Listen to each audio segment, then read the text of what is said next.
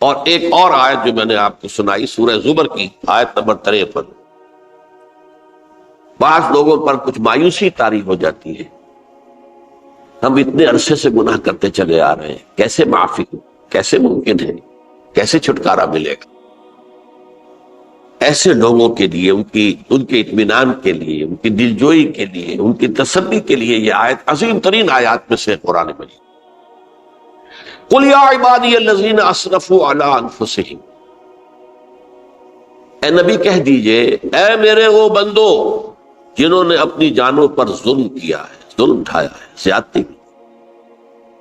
تم اگر گناہ کرتے رہے ہو تو اپنی جان پر ظلم کیا ہے، میرا تو کچھ نہیں بگاڑا، اللہ تو غنی ہے، اس کی تو سلطنت میں کوئی کمی نہیں آتی۔ ایک حدیث قدسی میں الفاظ آئے ہیں، میرے بندو اگر تم سب کے سب، اولکم و آخرکم و انسکم و جنکم، تمام انس و جن اور اولین سے لے کر آخرین تک کسی بدترین انسان جیسے فاسق و فاجر ہو جائیں، سب ابلیس بن جائیں، تب بھی میری سلطنت میں کوئی کمی نہیں۔ اور اگر تم سب کے سب اولین و آخرین اور انس اور جن سب مل کر جو متقی ترین انسان ہو سکتا ہے ویسے بن جاؤ، ابو بکر صدیق بن جاؤ، تب بھی میری سلطنت میں کوئی اضافہ نہیں۔ تو اللہ تعالیٰ کا تو کچھ بگڑتا نہیں ہے، انسان گناہ کرتا ہے تو اپنا نقصان۔ قل یا عبادی الذین اسرفوا علی انفسہم، کہہ دیجئے اے نبی، اے میرے وہ بندو جنہوں نے اپنی جانوں پر ظلم کیا ہے، ستم کیا ہے، ظلم ڈھایا ہے، لا تقنطوا من رحمت اللہ۔ میں آج بعض حدیثیں اس موضوع پر آپ کو سناؤں گا، عجیب چشم کشا حدیثیں ہیں۔ میں نے چونکہ اس موضوع پر گفتگو کرنی تھی تو میں نے کچھ اس مرتبہ احادیث کا تفحص کیا، تو واقعہ یہ ہے کہ بعض احادیث پڑھ کر خود میری جو ہے میرے علم میں اضافہ ہوا، ادھر میری توجہ آج تک نہیں گئی تھی۔ لا تقنطوا من رحمت اللہ، اللہ کی رحمت سے مایوس مت ہو، ان اللہ یغفر الذنوب جميعا، اللہ تعالیٰ تمام کے تمام گناہ معاف کرتا ہے۔ اللہ تعالیٰ کی قدرت ہے، اللہ کا اختیار ہے، اللہ کا فیصلہ ہے، لہذا مایوس نہ ہو، اصلاح کرو۔ احادیث تو میں بعد میں آپ کو سناؤں گا، اس سے پہلے اس کا فلسفہ سمجھ لیجئے اصل میں کیا ہے۔ دیکھیے، ایک ہے طبیعی اعمال، فزیکل، ان کا ہم دنیا میں اصول یہ دیکھتے ہیں کہ اس کے نتائج لازم اور ان سے چھٹکارا نہیں مل سکتا۔ آپ نے سنکھیا کھایا ہے تو مریں گے، چائے کھانے کے بعد آپ نے خودکشی کا ارادہ کیا، سنکھیا کھا لیا، اب چاہے آپ پر ندامت ہو، پشیمانی ہو، پریشانی ہو، توبہ کرے، آپ بچنے کا کوئی سوال نہیں، مرنا ہی مرنا۔ اتنا یہ کہ اللہ تعالیٰ جو ہے اپنی معجزانہ کسی قدرت سے اس عمل کا جو طبعی نتیجہ ہے اس کو نکلنے سے روک۔ آگ کی فطرت ہے کہ وہ جلاتی ہے، اللہ کے حکم کے تحت حضرت ابراہیم کو اس نے نہیں جلایا، یا نار کونی بردن وسلام علی ابراہیم۔ لیکن یہ ہمیشہ نہیں ہوتا، یہ تو ایک دفعہ ہو گیا بس۔ اللہ جب چاہے اب بھی کر سکتا ہے، لیکن یہ روز روز نہیں ہوتا۔ روز روز جو بھی فزیکل لاز ہیں وہ چلتے ہیں، اگر وہ نہ چلے تو کوئی سائنس پاسبل ہی نہ ہو، کوئی ٹیکنالوجی ممکن ہی نہ ہو۔ یہ تو ان فزیکل کیمیکل لاز جو ہے ان کا دوام ہے کہ جس کی وجہ سے یہ ساری سائنس اور ٹیکنالوجی اب کہاں سے کہاں پہنچ رہی ہے کہ عروج آدم خاکی سے انجم سے ہمیں جاتے ہیں کہ یہ ٹوٹا ہوا تارا کہیں بہی کا عامل نہ بن جائے۔ تو یہ توبہ جو ہے فزیکل اعمال میں مفید نہیں ہے، چاہے آپ پر یہ احساس میں کیا کر بیٹھا، کیا میں نے کیا، کیوں میں نے کھا لیا، یہ سب کیا، تو توبہ اثر کر۔ جو اخلاقی اعمال ہیں ان کا قانون یہ نہیں ہے، اخلاقی اعمال کے نتائج ختم ہو جاتے ہیں توبہ کے ساتھ۔ یہ ایک بہت بڑا قانون، بہت بڑا قانون۔ ایسا نہیں ہے کہ کسی گناہ سے انسان کی فطرت میں کوئی ایسی مستقل کجی واقع ہو جائے کہ جس کی اصلاح کی کوئی صورت ہی نہ ہو، یہ نہیں ہے۔ بڑے سے بڑے توبہ کرو، خلوص دل سے کرو، جو اس کے اصول ہیں، جو اس کے قواعد ہیں، جو اس کے ضوابط ہیں، جو اس کی شرائط ہیں، ان کو پورا کرو۔ تو بڑے سے بڑے اعمال، برے سے برے اعمال، میں حدیثیں آج آپ کو سناؤں گا، حیران، کیونکہ عام طور پر یہی ہوتا ہے کہ مواعظ میں چونکہ لوگوں کو اصلاح کی ترغیب دلانی ہوتی ہے، تو وہ جو انذار کا پہلو ہے اسے زیادہ نمایاں کیا جائے۔ اللہ کی طرف سے شدید ذو انتقام، اللہ انتقام دینے والا، اللہ سزا دینے والا ہے۔ لیکن یہ دوسرا پہلو جو ہے وہ بھی اپنی جگہ پر بہت اہمیت کا، کہ طبیعی اعمال کے نتائج اور عواقب اور اخلاقی اعمال کے نتائج و عواقب یہ ایک جیسے نہیں۔ اب اس معاملے میں تاریخ مذاہب عالم میں جو بہت بڑی غلطی ہوئی، تورات میں حضرت آدم اور حوا علیہ السلام سے جو غلطی اور خطا ہو گئی تھی، آپ اندازہ کیجئے کیا مقام اللہ نے عطا کیا تھا، سارے فرشتوں کو ان کے سامنے سجدہ کروا دیا تھا، اور ایک ہی حکم تو دیا تھا نا کہ اس درخت کے قریب نہ جانا، اور تو ابھی کوئی شریعت نہیں تھی، کوئی لمبے چوڑے احکام نہیں تھے، کھاؤ جہاں سے چاہو، اس ایک درخت کے پیچھے پاس نہ جانا، وَلَا تَقْرَبَا هَٰذِهِ الشَّجَرَةَ فَتَكُونَا مِنَ الظَّالِمِينَ۔ اور وہی کام کر بیٹھے حضرت آدم اور حضرت حوا علیہ السلام۔ کتنا بڑا گناہ، کتنا بڑا، کتنا بڑا۔ لیکن قرآن نے وضاحت کر دی کہ آدم نے توبہ کی، اللہ نے معاف کر دیا۔ اللہ تعالیٰ سے کلمات سیکھے، ندامت دل میں پیدا ہو گئی حضرت آدم، لیکن الفاظ نہیں تھے، کن الفاظ میں اللہ سے معافی مانگوں، مجھ سے خطا ہو گئی، بہت بڑی غلطی ہوئی، وہ الفاظ بھی اللہ نے سکھائے۔ فَتَلَقَّىٰ آدَمُ مِن رَبِّهِ كَلِمَاتٍ، یہ ہے جس میں کہ وہ علامہ اقبال کا ایک شعر ہے ان کے نوجوانی کے دور کا، جس پر میں بھول رہا ہوں کہ داغ دہلوی تھے یا کوئی اور تھے کہ جنہوں نے علامہ سے کہا تھا، میاں اس عمر میں اور یہ شعر، اس بڑی محفل میں بات آئی تھی کہ موتی سمجھ کے شان کریمی نے چن لیے قطرے جو تھے میرے عرق انفعال کے۔ انفعال کہتے ہیں عربی میں پشیمانی، شرمندگی، اور عام طور پر جب کسی انسان پر پشیمانی اور شرمندگی طاری ہوتی ہے تو پیشانی جو ہے اس پر کچھ پسینہ سا آتا ہے۔ تو قطرے جو تھے میرے عرق انفعال کے، موتی سمجھ کے شان کریمی نے چن لیے، اللہ کی نگاہ میں ان کی اتنی قیمت، ان کی اتنی وقت میرے بندے نے پشیمانی اختیار کی ہے، اپنے اس غلط کام کے اوپر اسے رنج اور افسوس ہو رہا ہے، تو اللہ کی نگاہ میں اس کی یہ عظمت ہے، یہ قدرت۔ تو اللہ تعالیٰ نے جب حضرت آدم کے دل میں وہ پشیمانی پیدا ہو گئی تو الفاظ نہیں تھے، کن الفاظ میں؟ ہم کہتے ہیں نا کہ مجھے سمجھ نہیں آ رہا کہ میں کس منہ سے آپ سے بات کروں، میری یہ حیثیت نہیں ہے، میں کن الفاظ میں اپنی جو ہے خطا کا اعتراف کروں۔ تو اللہ نے وہ کلمات خود سکھا دیے، فَتَلَقَّىٰ آدَمُ مِن رَبِّهِ كَلِمَاتٍ فَتَابَ عَلَيْهِ إِنَّهُ هُوَ التَّوَّابُ الرَّحِيمُ۔ یہ چیز کہیں تورات جب دوبارہ مرتب ہوئی ہے تو وہ نکل گئی، اس میں رہ گئی، باقی اس میں شامل نہیں۔ یہ تاریخی اعتبار سے جان لیجئے، تورات جو ہے وہ آج سے 2500 بلکہ 2600 برس قبل سے دنیا سے غائب ہے۔ یہ تورات کا جو نسخہ تھا یروشلم میں 587 قبل مسیح میں، جب نبوکدنضر نے، شاید آج کل آپ دیکھ رہے ہوں یہ عراق کی جنگ میں عراق کے جو خاص ڈویژنز ہیں عراقیوں کے، ریپبلکن گارڈز کے، ان میں سے ایک کا نام جو ہے وہ نبوکدنضر ڈویژن ہے، ایک کا حمورابی ڈویژن ہے۔ حمورابی جو ہے عراق کا بہت پرانا بادشاہ تھا، اور تاریخ انسانی میں سب سے پہلا قانون اس نے مرتب کیا۔ حمورابی یہ بہت پرانی تہذیب ہے، دنیا کی غالباً سب سے زیادہ اینشنٹ تہذیب جو ہے وہ عراق کی ہے۔ حضرت ابراہیم یہی پیدا ہوئے شہر عور میں۔ تو نبوکدنضر نے جب تباہ کیا تھا یروشلم کو، 6 لاکھ آدمیوں کو قتل کیا اور 6 لاکھ کو قیدی بنا کر لے گیا بیبیلونیا، بابل کا لفظ بھی آج کل آ رہا ہے، کسی زمانے میں وہ عظیم شہر تھا دنیا کا، وہ معمولی سا شہر رہ گیا ہے، نئے شہر بڑھ گئے۔ تو اس وقت سے اس نے جب یروشلم میں جو ہیکل سلیمانی حضرت سلیمان کی بنائی ہوئی مسجد تھی اس کو جب گرایا ہے، اس کے بعد سے وہیں پر وہ نسخہ رکھا ہوا تھا تھوڑا، پھر دنیا میں وہ نسخہ اب نہیں ہے۔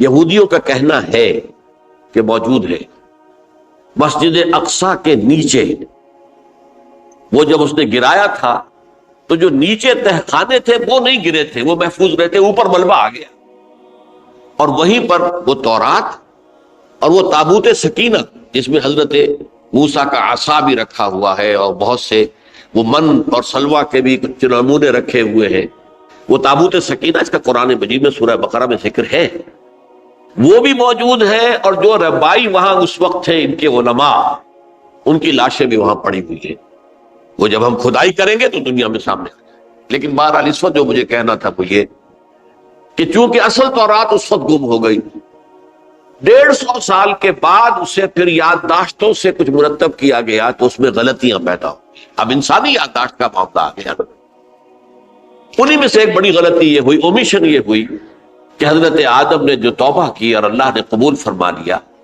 اس کا ذکر اس میں نہیں۔ اس سے نتیجہ عیسائیوں نے کیا اختیار کیا کہ وہ اوریجنل سن کہتے ہیں اسے، وہ جو ابتدائی گناہ تھا عظیم جو ہمارے جد امجد آدم سے سرزد ہوا تھا، اس گناہ کا اثر جو بھی بچہ نسل آدم میں پیدا ہوتا ہے وہ لے کر آتا ہے۔ یہ زمین و آسمان کا فرق ہے۔ اسلام کے نزدیک ہر بچہ جو پیدا ہوتا ہے وہ معصوم ہے، بلکہ مسلم ہے۔ کل مولود یولد علی الفطرہ، جو بھی بچہ پیدا ہوتا ہے وہ فطرت اسلام پر پیدا ہوتا ہے۔ وَأَبَوَاهُ يُهَوِّدَانِهِ أَوْ يُمَجِّسَانِهِ أَوْ يُنَصِّرَانِهِ، یہ تو والدین ہیں اس کے جو اسے مجوسی یا عیسائی یا یہودی بنا لیتے ہیں، ورنہ وہ تو مسلمان ہوتا ہے، فطرت کی کلین سلیٹ لے کر آتا ہے۔ عیسائیت کہتی ہے ہر انسان جو پیدا ہوتا ہے بنیادی طور پر گناہگار ہے، اپنے جد امجد کے گناہ کا بوجھ لے کر آ رہا ہے۔ اب اس کا علاج انہوں نے پھر کیا تجویز کیا، یہ ہے کہ ایک غلطی پر دوسری غلطی اور دوسری پر تیسری غلطی، خشت اول چون حد بیمار کج تاثریہ بھی رود دیوار کج۔ اب اللہ نے جب دیکھا اب تو ہر بندہ جو ہے آدم کی اولاد کا بنیادی طور پر پیدائشی طور پر گناہ گار ہے، تو اب کیا کیا جائے؟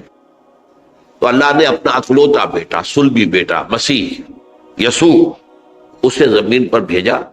یہ الفاظ میرے ہیں کہ اسے قربانی کا بکرا بنا کر اور ان سب کی طرف سے قبول کر لیا، گناہ گاروں کی طرف سے، کہ ان کے گناہ کا کفارہ ہو جائے گا جو عیسیٰ کو مانتے ہیں۔ یہ عقیدہ ہے عیسائیت۔ جڑ کیا ہے کہ گناہ ہو گیا تو گناہ کا اثر تو رہے گا۔ قرآن یہ کہتا نہیں، اللہ دھو دیتا ہے، تمہاری سیرت و کردار کے اوپر بھی جو داغ ہیں دھل جائیں گے، اور تمہارے نامہ اعمال میں جو دھبے ہیں وہ بھی دھل جائیں گے۔ توبہ کرو، توبوا الی اللہ توبۃ نصوحا، کرو وہ توبہ کے جو بالکل خلوص دل کے ساتھ ہو۔ اب میں ذرا آپ کو کچھ احادیث سنانا چاہتا ہوں۔ ایک طرح کا یہ تبشیر کا پہلو ہے آج ہماری گفتگو میں کہ جو نمایاں ہوگا۔ یہ بعض احادیث تو چھوٹی چھوٹی ہے اور یہ بہت مرتبہ میری گفتگو میں آ چکی ہے، صرف اس وقت حوالہ دے کر گزر جاؤں گا۔ یہ ترمذی اور ابن ماجہ میں حضرت انس ابن مالک رضی اللہ تعالی عنہ سے روایت ہے، حضور نے فرمایا کل بنی آدم خطاؤون وخیر الخطائین التوابون، تمام بنی آدم خطا کار ہیں، خطا کار بھی نہیں، بہت خطا کار، بہت خطا کار، لیکن ان خطا کاروں میں بہتر لوگ وہ ہیں کہ جو خوب توبہ کرتے ہیں، غلطی ہو گئی توبہ کر۔ اور ایک اور حدیث میں آپ کو بتاؤں گا کہ یہ نہیں ہے کہ پھر کبھی وہ غلطی نہ ہو، اس وقت آپ یہ لگا لیں اپنے اوپر یہ کام میں نے نہیں کرنا، اور ایک دفعہ وہ کام چھوڑ دیں تو توبہ ہو گئی۔ پھر اگر کچھ عرصے کے بعد پھر کہیں آپ جذبات کی رو میں بہہ گئے، پھر کہیں کوئی برے اثرات جو ہے وہ پڑے، پھر غلطی، کوئی بات نہیں، پھر ہو گیا، پھر توبہ کر۔ تواب اسی لیے کہا بار بار بار بار بار بار توبہ کر۔ تو کل بنی آدم خطاؤون وخیر الخطائین التواب۔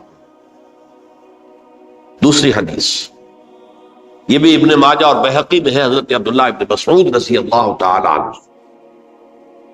التائب من الذنب کمن لا ذنب له، گناہ سے توبہ کرنے والا ایسے ہے جیسے اس نے کبھی گناہ کیا ہی نہیں۔ دھل جاتی ہے، تختی دھل گئی، بچے نے تختی لکھی تھی اس کو دھو دیا، ختم ہو گیا۔ ایک حدیث تو پڑھ کر میں بھی چونکا، یہ اصل میں اسلوب ہے بیان کا، بتانے کے لیے کہ تمہارے دلوں کے اندر مایوسی کا غلبہ نہ ہو جائے۔ مایوس اصل میں جو ہے مایوسی، یہ ابلیسیت ہے، نوٹ کر لیجئے اس کو۔ مایوسی ابلیسیت کی کا عکس ہے۔ مبلس کہتے کسے؟ جو مایوس ہو گیا۔ ابلیس سب سے بڑھ کر مایوس جو ہے وہ ابلیس ہے، اسے معلوم ہے میرا چھٹکارا تو نہیں ہے، لہذا میں جتنوں کو اپنے ساتھ لے کر جہنم میں جھونک دوں، یہی میری کمائی ہے، میں نے تو بچنا نہیں۔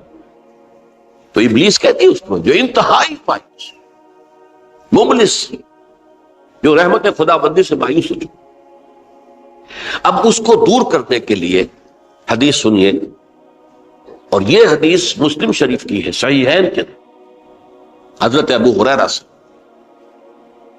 حضور فرماتے ہیں والذی نفسی بیدہ،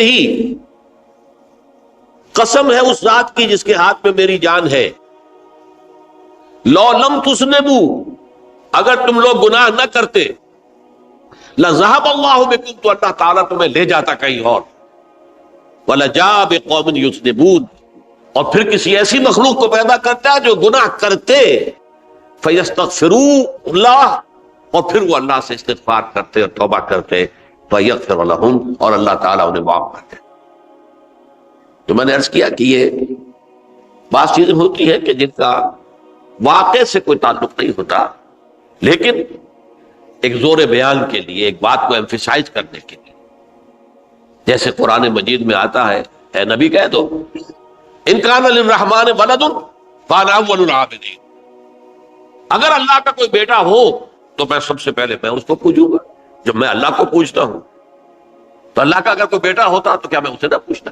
لیکن نہیں ہے۔ اب یہ نہیں ہے، نفی کے لیے زور دیا کہ اگر اللہ کا کوئی بیٹا ہوتا، لو کان للرحمن ولد فانا اول العابدین۔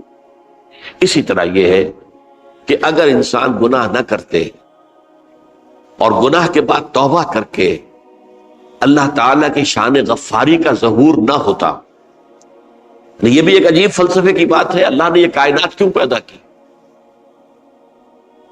قرآن مجید میں اس کو براہ راست ایڈریس نہیں کیا گیا اس مسئلے کو، میرے علم کی حد تک۔ ہو سکتا ہے کہیں بہت خفی انداز میں ہو اور ابھی تک میری نگاہ سے بھی جو ہے وہ چھپا رہ گیا، ہو سکتا قرآن مجید کے غامض نکات ایسے ہو سکتے۔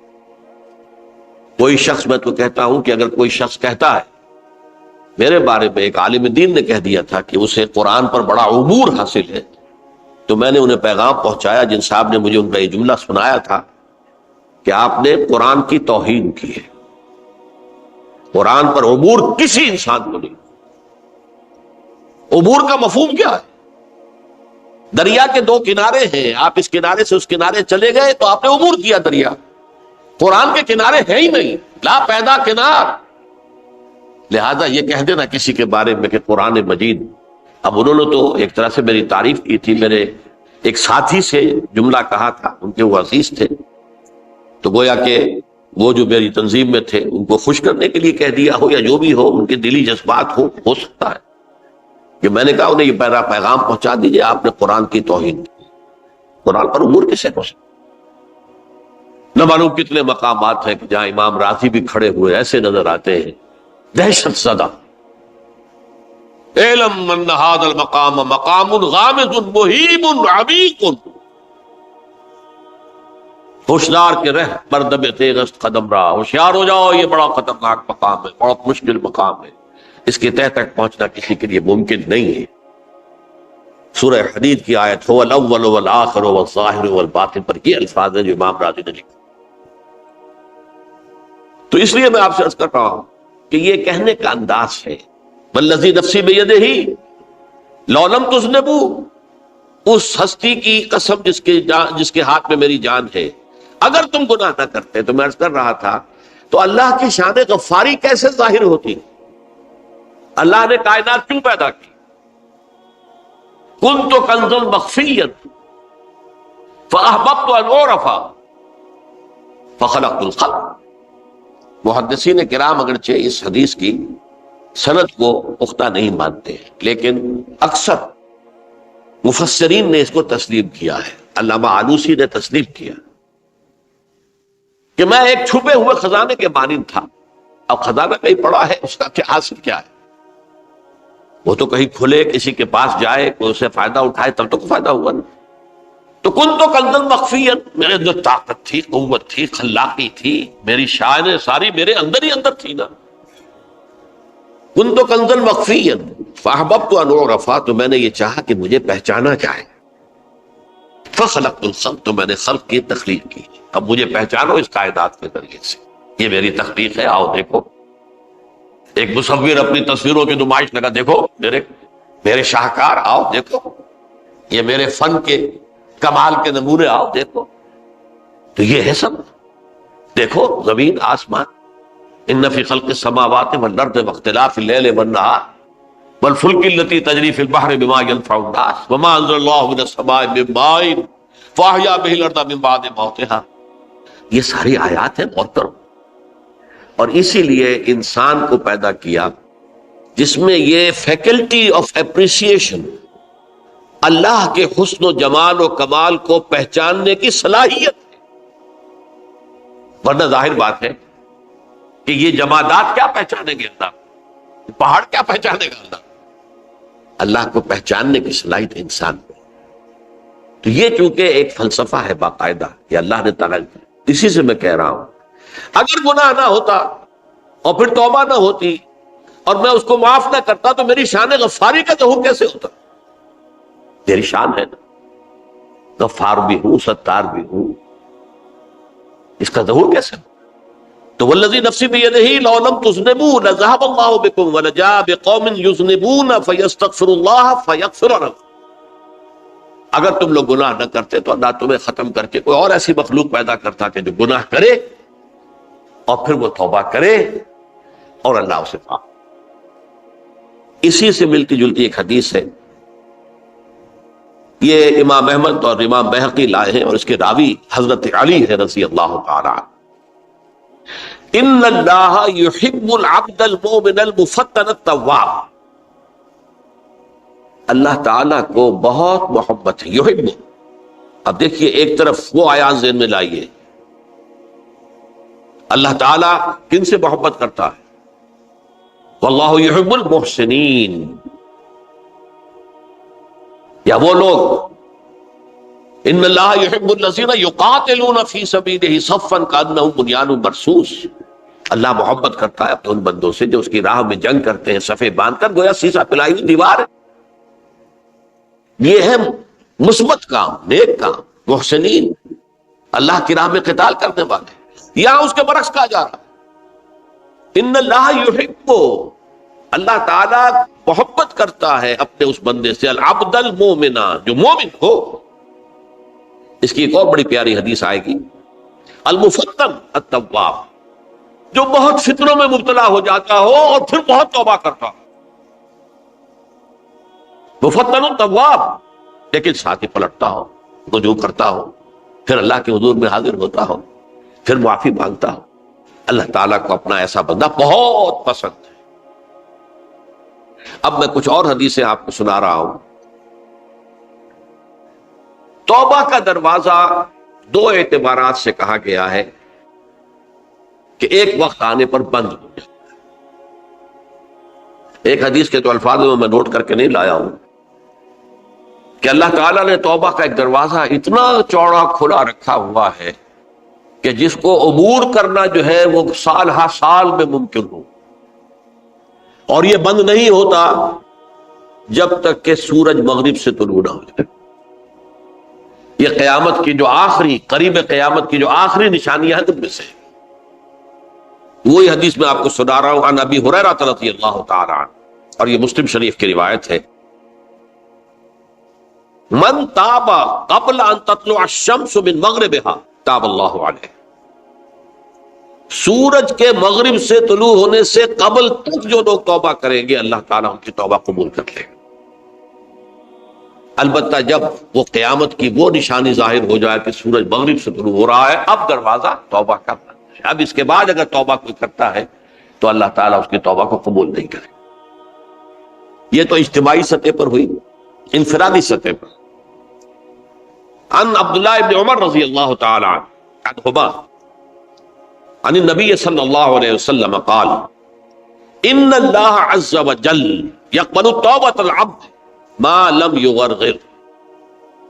یہ ترمذی میں ہے، حضرت عبداللہ ابن عمر رضی اللہ تعالی عنہما سے کہ اللہ تعالیٰ اپنے بندے کی توبہ قبول کرتا ہے جب تک کہ وہ جسے ہم کہتے ہیں گھنگرو نہ بولنے لگے حلق کے اندر، جبکہ نزع عالم نزع ہو اور جان جو ہے وہ آتا پھر یہاں اٹکتی ہے، تو اس وقت تک دروازہ کھلا ہے توبہ کا۔ لیکن جب یہ شکل ہو گئی تو دروازہ بند۔ یہ انفرادی سطح پر ہو گیا، جب آپ کے موت کے آثار اتنے واضح ہو گئے کہ اب جا رہے ہیں، اب توبہ کریں گے تو توبہ قبول نہیں۔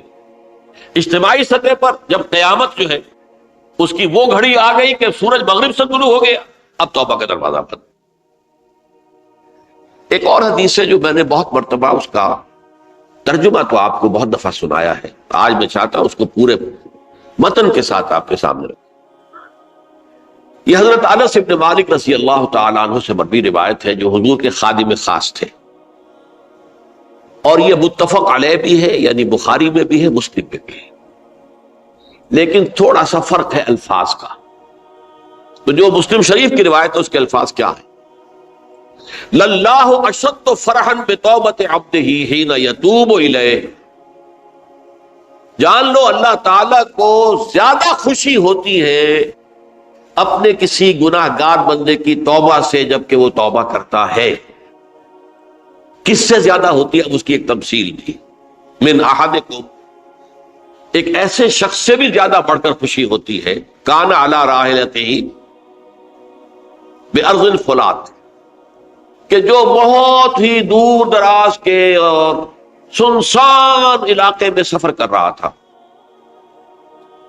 فانتحرفت منہ، اس کی سواری جو ہے گم ہو گئی، وعلیہا طعامہ وشرابہ، اسی پر اس کا کھانا بھی تھا اور پانی بھی تھا، اونٹنی پر سفر کر رہا تھا، اسی پر ہوتا ہے راحلہ جو ہے راستے کا سامان، اچانک کہیں بیٹھا ہے تھوڑی دیر کے لیے سستانے کے لیے، کہیں اونٹ آ گئی اور اونٹنی صاحبہ غائب۔ اب آنکھ کھلی اور اس نے دیکھا، فَأَيَّسَ مِنْهَا، تلاش کر کر کے مایوس ہو گیا، کہیں اونٹنے کا سراغ نہیں۔ اب ظاہر بات ہے کسی صحرا میں یہ کیفیت، اس کا مطلب کیا ہے؟ یقینی موت۔ فَأَتَى شَجَرَةً فَاسْتَجَعَ فِي ظِلِّهَا وَقَدْ أَيَسَ مِنْ رَاحِلَتِهِ، تو وہ ایک درخت کے نیچے اس کے سائے میں آ کے لیٹ گیا، گویا کہ موت کی امید۔ فَبَيْنَهُمَا وَهُوَ كَذَلِكَ إِذْ هُوَ بِهَا قَائِمَةٌ عِندَهُ، اس کی کہیں دوبارہ آنکھ لگی ہے، جو کھولا تو دیکھتا ہے اونٹنی تو موجود ہے، کھڑی ہے،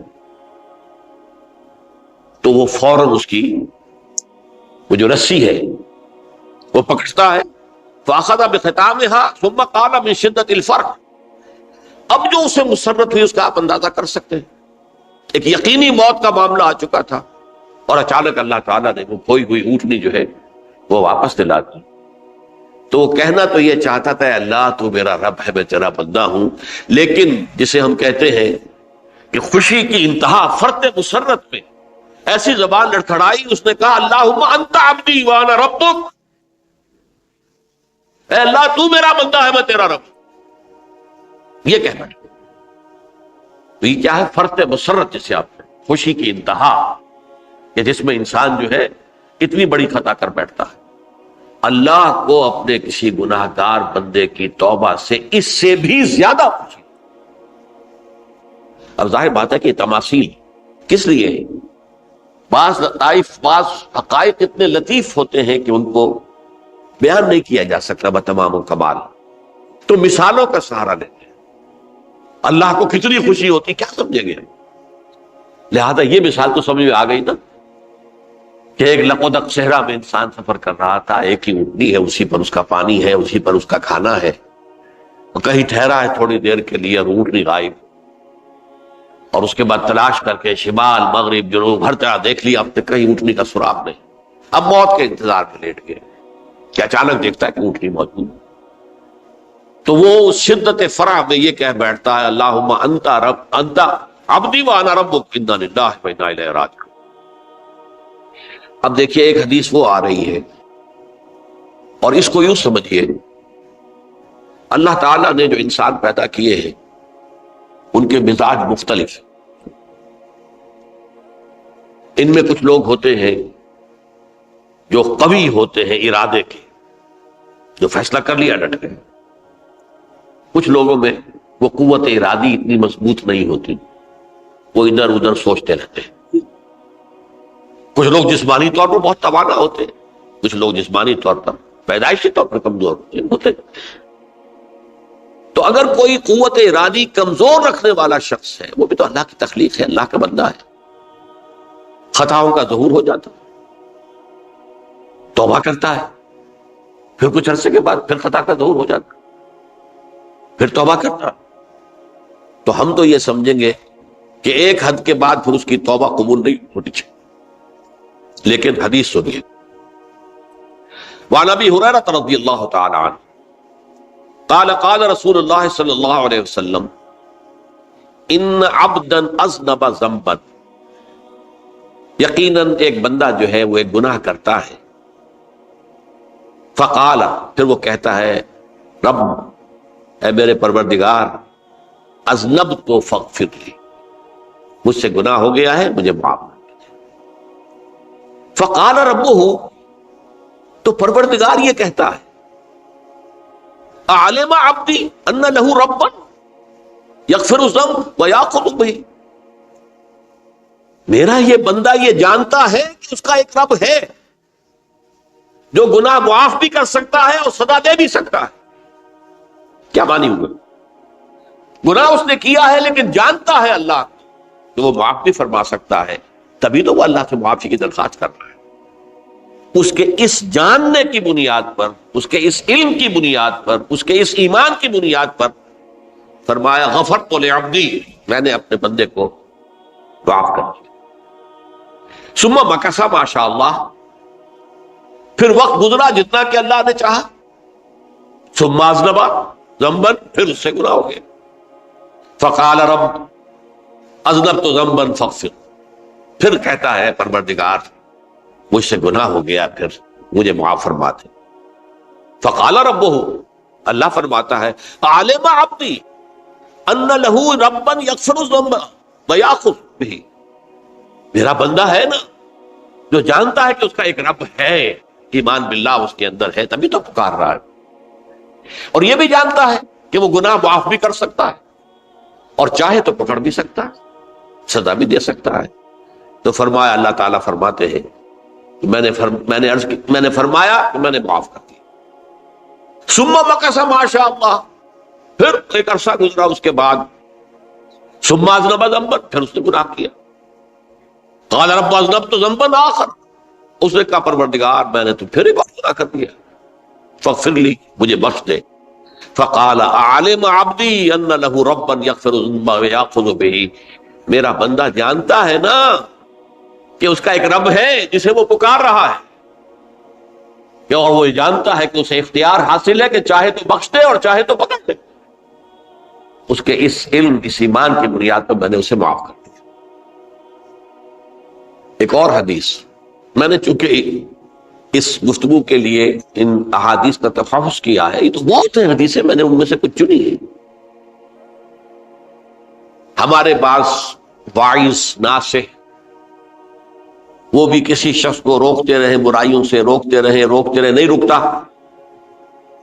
تو کہیں غصے میں آ کے اللہ تجھے کبھی معاف نہیں کرے۔ یہ کتنا بڑا جرم ہے، اس کا اندازہ کیجئے اس حدیث سے۔ تو میرے بندے کو میری رحمت سے مایوس کر رہے، کتنا بڑا جرم ہے، اس کا اندازہ کیجئے۔ یہ مسلم شریف کی روایت ہے عن جندب، حضرت جندب رضی اللہ تعالی عنہ سے، ان رسول اللہ صلی اللہ علیہ وسلم حدث، کہ اللہ کے رسول صلی اللہ علیہ وسلم نے ایک واقعہ بیان کیا، ان رجلا قال، کہ ایک شخص نے یہ کہا، واللہ لا یغفر اللہ لفلان، کہ خدا کی قسم اللہ تعالیٰ فلاں شخص کو کبھی معاف نہیں کرے گا، وَأَنَّ اللَّهَ تَعَالَى قَالَ، اس پر اللہ تعالیٰ نے یہ فرمایا، مَنْ ذَا الَّذِي يَتَعَلَّىٰ عَلَيَّ، یہ کون ہے جو میرے اوپر حکومت کرنے والا آ گیا، جو میری طرف سے حکم لگا رہا کہ میں کبھی معاف نہیں کروں گا۔ مَنْ ذَا الَّذِي، کون ہے وہ شخص، الَّذِي يَتَعَلَّىٰ عَلَيَّ انی لا اغفر لفلان، کہ میں فلاں شخص کو کبھی معاف نہیں کروں گا، قد غفرت لفلان، اس کو تو میں نے معاف کر دیا، وَأَحْبَطْتُ عَمَلَهُ، اس شخص کے تمام اعمال میں نے ضائع کر دیے کہ تم نے میرے بندے کو مایوس کیا۔ یہ ہے جرم کی انتہا۔ تو توبہ کی دعوت دیتے رہو، توبہ کے لیے لوگوں کو آمادہ کرتے رہو، توبہ جو ہے اس کے لیے ترغیب دیتے رہو، اللہ تعالیٰ معاف فرمانے والا۔ اب آخری حدیث سنا رہا ہوں، یہ تو بہت ہی عجیب حدیث ہے اور متفق علیہ، یہ بخاری اور مسلم دونوں میں۔ حضرت ابو سعید الخدری رضی اللہ تعالی عنہ جو ہے اس کے راوی، حضور نے فرمایا، کانا فی من کانا قبلکم رجل قتل 99 نفسا، تم سے پہلے جو امت تھی بنی اسرائیل کہ ان کا ذکر ہے، اس میں ایک آدمی ایسا تھا جس نے 99 قتل کیے تھے۔ اب آپ اندازہ کیجئے کتنا بڑا گناہ کبیرہ ہے قتل۔ قرآن مجید میں آتا ہے فَكَأَنَّمَا قَتَلَ النَّاسَ جَمِيعًا، اگر ایک انسان کو بھی ناحق قتل کر دیا گیا تو یہ ایسی ہے گویا کہ اس نے پوری نوع انسانی کو قتل کر دیا، اس نے 99 قتل کی۔ فَهَلْ لَهُ مِن تَوْبَةٍ، پھر اس کے بعد یہ ہوا کہ اس کے اندر توبہ کا جذبہ پیدا ہوا۔ فَسَأَلَ عَنْ أَعْلَمِ أَهْلِ الْأَرْضِ، تو اس نے پھر سوال کیا، لوگوں سے پوچھا کہ زمین میں رہنے والوں میں کون سب سے بڑا عالم ہے۔ فَدُلَّ عَلَىٰ رَاهِبٍ، تو اسے بتایا گیا فلاں راہب فلاں جگہ پر ہے، وہ بہت نیک ہے، بڑا عالم ہے۔ فَأَتَاهُ، وہ اس کے پاس آیا، فَقَالَ أَنَّهُ قَتَلَ 99 نَفْسًا فَهَلْ لَهُ مِن تَوْبَةٍ، انہوں نے کہا دیکھیے راہب صاحب، میں نے 99 انسان قتل کیے، اب مجھے یہ بتائیے کہ میرے لیے توبہ کا کوئی امکان ہے؟ فقال لا، اس نے کہا نہیں۔ فقتلہ، اس نے اس کو بھی قتل کر دیا۔ فکمل بہ 100، اپنی سینچری مکمل کر لی، مطلب 99 کے بعد ایک کی کسر تھی، اس کو بھی قتل کیا، 100 پورے کر لیے۔ ثم سأل عن عالم اہل الارض، پھر اس نے پوچھا کوئی اور کوئی بڑے عالم انسان ہو۔ فدل علی رجل عالم، پھر اس کی رہنمائی کی گئی ایک بڑے عالم شخص کی طرف۔ فقال انہ قتل 100 نفس، تو اس نے وہاں جا کر کہا کہ میں 100 انسان ہلاک کر چکا ہوں، قتل کر چکا ہوں۔ فہل لہ من توبہ، میرے لیے توبہ کا کوئی امکان ہے؟ فقال نعم، کہا کیوں نہیں، 100 قتل کیے تب بھی کیا ہے، توبہ کا راستہ دروازہ کھلا ہوا، معلوم یغرغر، جب تک کہ وہ گھنگرو نہیں بج رہا اس وقت تک تمہارے توبہ کا دروازہ کھلا ہوا ہے۔ فرمایا نعم، ومن یحول بینہ وبین التوبہ، تمہاری توبہ کے درمیان اور تمہارے درمیان کون حائل ہو سکتا ہے، توبہ کا دروازہ کھلا ہے۔ لیکن ساتھ ہی کہا انطلق الی ارض کذا و کذا، اب تم ایسے کرو جہاں تم رہتے ہو وہاں نہ جاؤ واپس، وہاں کا ماحول اچھا نہیں ہے، معاشرہ اچھا نہیں ہے، ہو سکتا ہے کہ تم توبہ پر قائم نہ رہ سکو، تم فلاں جگہ چلے جاؤ وہاں اچھے لوگ آباد ہیں، ان میں جا کر رہو۔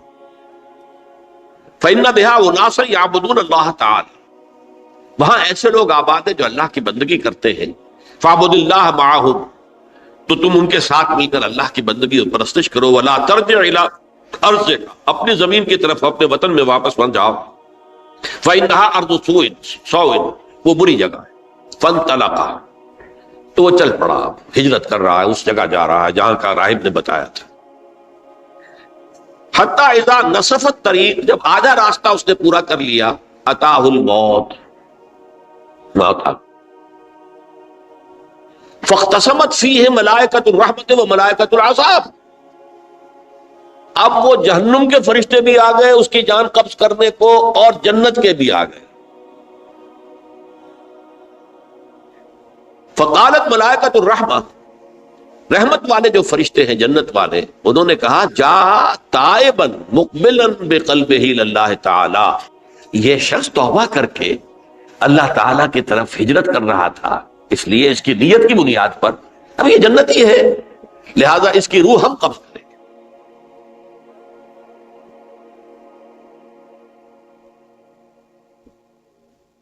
وقالت الملائکۃ العذاب، اور وہ جو عذاب والے فرشتے ہیں وہ کہیں گے انہ لم یعمل خیرا قط، اس نے توبہ کے بعد کوئی نیک عمل تو کیا ہی نہیں، تو کس بنیاد پر اس کو تم جنت پہ لے جاؤ گے؟ اس کو تو دوزخ میں جانا چاہیے. فاتاہ ملک فی صورت آدمی، تو ان کے پاس اللہ نے ایک اور فرشتے کو بھیج دیا آدمی انسانی شکل کے اندر. فجعلوہ بینہم، تو ان فرشتوں نے کہا بھائی ہمارا فیصلہ کرا دو، اس کی روح ہم لینا چاہتے ہیں یا ہم لینا چاہتے ہیں. انہیں حکم بنا دیا. فقال قیسوا ما بین الارضین فإلی ایتہما کان اقرب، کہ تم فاصلہ ناپ لو جہاں سے وہ چلا ہے اور جہاں جا رہا تھا، اور یہاں اس کی موت ہو رہی ہے، تو کون سا فاصلہ زیادہ ہے. جب ناپا گیا، بلکہ ایک حدیث میں آتا ہے کہ اس پر اللہ نے زمین کو جو ہے حکم دے دیا، ایک طرف والی زمین تو سکڑ جا، دوسری والی جو ہے تو پھیل جا، تاکہ وہ جو جدھر جو جا رہا تھا وہ زیادہ قریب ہو جائے بنسبت اس کے کہ جہاں سے چلا تھا. تو اس فیصلے پر پھر جو فرشتے تھے جو کہ رحمت کے فرشتے تھے وہ اس بندے کو لے گئے جنت سے. یہ ہے توبہ کی عظمت اور اس کی تاثیر. اب آئیے اجتماعی توبہ کا طریقہ کار جو میں نے بہرحال بیان کیا ہے. پہلے افراد توبہ کریں اور صحیح توبہ کریں. صحیح توبہ کیا ہے؟ ہماری زندگیوں میں کوئی حرام شے ہے فوراً نکال باہر، ہماری معاشرت میں اور اس معاشرے میں رہتے ہوئے جو قانون ہے جس کے ہم پابند ہیں. ہم کسی زانی کو رجم نہیں کر سکتے، ناممکن ہے، یہ تو قانون ہی بنے گا تب ہوگا. ہم کسی چور کا ہاتھ نہیں کاٹ سکتے، تو قانون بنے گا تو ہوگا. تو ہم جن چیزوں پر عمل نہیں کر سکتے قانوناً، ان کے علاوہ باقی پوری شریعت جس پر عمل کیا جا سکتا اس پر عمل پیرا. سود میں بند نہیں کر سکتا، بینکوں کو میں آگ نہیں لگا سکتا، اور بینکوں کو آگ لگا دیں گے تب بھی سود تو ختم نہیں ہوگا. لیکن یہ تو کر سکتا ہوں نا کہ براہ راست سود میں ملوث نہ ہوں، سود پر قرضہ لے کر اپنا کاروبار نہ چمکاؤں نہ بڑھاؤں، سود پر قرضہ لے کر اپنے مکان نہ اونچا کروں، یہ تو کر سکتا. تو کم سے کم جو ڈائریکٹ کسی نے قانون نہیں بنایا کہ لازم ہے آپ پر کہ آپ سودی قرضہ لیں اور اپنی بلڈنگ عالی شان بنا لیں، کسی نے نہیں کی. یہ اگر کر رہے ہیں تو آپ مجرم ہیں. آپ کے معاشرے میں کوئی قانون نہیں بنا کہ پردہ ختم، برقع حرام. مصر یہ ترکی میں تو کر دیا گیا برقع حرام، وہاں تو سر کو اوپر جو ہے ڈھانپنا جو ہے، سکارف لینا بھی ممنوع ہے. یہاں تو نہیں ہے. پھر یہاں جنہوں نے چھوڑا ہے مجرم خود ہے. یہاں تو اللہ کا شکر ہے کوئی ایسا مصطفیٰ کمال پیدا آج تک نہیں ہوا ہے کہ جس نے ان چیزوں کا حکم دیا. ہاں ترغیب ہے ذرائع ابلاغ کے ذریعے سے، فحاشی ہے، اریانی ہے، لیکن چوز آپ خود کرتے ہیں، فیصلے کا اختیار آپ کا اپنا. تو جن چیزوں کے اندر بھی گناہ سے بچنے کا امکان ہے اس کو عملاً ترک کیا جائے. اور نمبر 2، عزم مصمم کر لیا جائے کہ اللہ اب بقیہ زندگی جتنی بھی ہے اس میں اپنی توانائیاں، اپنی قوتیں، اپنی صلاحیتیں صرف کروں گا تیرے دین کی تبلیغ اور تیرے دین کے قائم کرنے کی جدوجہد. عزم مصمم. یہ لوگ اگر 14 کروڑ میں 14 لاکھ بھی ہو جائیں، بہرحال 2-4 کی توبہ کرنے سے ملک کی قسمت نہیں بدلتی. معتدل تعداد کے اندر جو ہے یہ لوگ اگر ایسے ہو جائیں اور پھر یہ کہ وہ مل کر اگر زور لگائیں تو واقعتاً اس ملک کے اندر شریعت اسلامی کا نفاذ ہو سکتا ہے، اللہ کا نظام قائم کیا جا سکتا ہے. یہ ملک بنایا اسی لیے گیا تھا. تو یہ توبہ کا جو ہے اجتماعی توبہ کا یہ پوری تفصیل تو میں بارہا بیان کر چکا ہوں. آج جو میں نے کہا تھا کہ ایک بات کی طرف میرا ذہن حالیہ منتقل ہوا ہے، اس سے پہلے نہیں ہوا. یہ توبہ کرنے والے لوگ جب تک 14 لاکھ نہیں ہیں، 1400 ہی ہوں، لیکن یہ اگر دعا کریں گے اللہ تعالیٰ کے خلوص کے ساتھ تو ان کی دعا قبول ہوگی. دعا بہت بڑی شے. الدعاء مخ العبادہ. ٹھیک ہے، بڑا لمبا راستہ لگتا ہے یہ کہ 14 لاکھ انسان توبہ کرے یا 2 لاکھ یا 3 لاکھ انسان توبہ کرے، صحیح معنی میں توبہ کرے، اور پھر وہ جمع ہو، ایک طاقت بنے، تن من دھن لگانے کے لیے، جانے دینے کے لیے تیار ہو جائے. تو لگتا ہے یہ کہ کافی لمبا ہے کہ دراز و دور دیدم رہو رسم پارسائی. یہ تو بڑا لمبا راستہ ہے. اسی سے لوگ کہتے ہیں کہ پھر کیا حل ہوا؟ تو حل جو ہے تو کوئی عملی حل تو نہیں ہوا. اس میں میرا ذہن منتقل ہوا ہے دعا. اجیب دعوت الداعی اذا دعان امن یجیب المضطر اذا دعاہ. بھلا وہ کون ہے جو کسی مضطر کسے کہتے ہیں؟ ایک شخص نہایت پریشان حال ہو گیا ہو، نہایت پریشان حال، اور میں اللہ کو پکارے، پروردگار تو میری دستگیری فرما. اللہ کسی اور طرف مجھے کوئی توقع نہیں رہی، کوئی نہیں رہا جس سے مجھے کوئی امید ہو. یہ مضطر اضطرار کی حالت میں آ کر جب بالکل بے چین ہو کر اللہ کو پکارتا ہے تو اللہ اس کی دعا قبول کرتا ہے. اور دعا کی حد یہاں تک بھی آتے ہیں الفاظ کہ لا یرد البلاء قضاء الا بالدعاء. تقدیر الہی کو بھی اسی لیے 2 حصوں میں تقسیم کیا گیا. تقدیر مبرم، ایک تو اللہ کا وہ فیصلہ ہے جو ٹل نہیں سکتا کسی صورت میں. ایک تقدیر معلق ہوتی ہے تو صحیح اللہ کا فیصلہ، لیکن اس میں تبدیلی ہو سکتی ہے. یہ جو تقدیر معلق ہوتی ہے اس میں دعا انتہائی مؤثر شے ہے. لا يرد البلاء الا لا يرد القضاء الا بالدعاء. قضا جو ہے وہ نہیں بدل سکتی سوائے دعا. اس دعا کی تو کم سے کم ہم منادی کریں، لیکن پہلے شرط وہی ہے، ورنہ وہ دعا نہیں ہے، ورنہ وہ توبہ نہیں ہے. توبہ صحیح ہو، حرام سے اپنے وجود کو، اپنے گھر کو پاک کریں، اس کے بغیر کچھ نہیں. اس کے بغیر تو جیسے کہ کہا گیا سورہ مائدہ میں قل یا اہل الکتاب لستم علی شیء حتی تقیموا التوراۃ والانجیل. اے نبی ان سے کہہ دیجئے اے اہل کتاب تمہاری کوئی حیثیت اللہ کی نگاہوں میں نہیں ہے، تمہاری کوئی دعا اللہ کے ہاں قابل پذیرائی نہیں ہے جب تک کہ تم تورات اور انجیل کو قائم نہیں. لہذا دعائیں تو نہ بنو. 30 لاکھ آدمی جو ہے حج کے موقع پر کیسی کیسی دعائیں مانگتے ہیں. کہاں جا رہی ہیں دعائیں؟ کہاں ہیں ان کی قبولیت کے آثار؟ توبہ صحیح ہو. اور توبہ کے بارے میں آج میں نے امکانی حد تک آپ کے سامنے آج ترغیب و تشویق کا پہلو رکھا ہے. مایوسی اس کو کہا بھی جاتا ہے، مایوسی کفر ہے. اور میں نے آپ سے کہا آج لا تقنطوا من رحمت اللہ ان اللہ یغفر الذنوب جميعا. 99 قتل کیے ہوں، 100 قتل کیے ہوں، تب بھی توبہ کرو گے تو اللہ توبہ قبول فرمائے. اور کس شان کے ساتھ قبول فرمائے گا اس حدیث کے اندر آیا، متفق علیہ حدیث صحیح بخاری اور صحیح مسلم کے اندر ہے. تو اگر ہم اس توبہ کی منادی کریں نمبر 1، اور جو لوگ توبہ کریں صحیح معنی میں، ایک طرف تو وہ جد و جہد شروع کر دیں اللہ کے دین کے قائم کرنے کی جد و جہد، اس میں پیچھے نہ رہے، لیکن اس اسنا میں جو دعائیں وہ کریں گے، اللہ تو نے یہ ملک ہمیں عطا کیا تھا، ہم نے اپنے زور بازو سے اسے نہیں حاصل، یہ سلطنت خدا داد پاکستان، اور اے اللہ ہے خاص ہے خاصان رسول وقت دعا ہے، امت میں تیری آنکھ یا جب وقت پڑا ہے. میں اپنے احساسات جو ہیں آپ کے سامنے الفاظ میں بیان نہیں کر سکتا. یہ جب یروشلم کی تباہی ہوئی تھی جس کا میں نے ذکر کیا ہے، 6 لاکھ انسان قتل ہوئے تھے، اور 6 لاکھ کو نبوکدنضر جو تھا وہ ہانک کر بھیڑوں بکریوں کی طرح بیبیلونیا لے گیا تھا.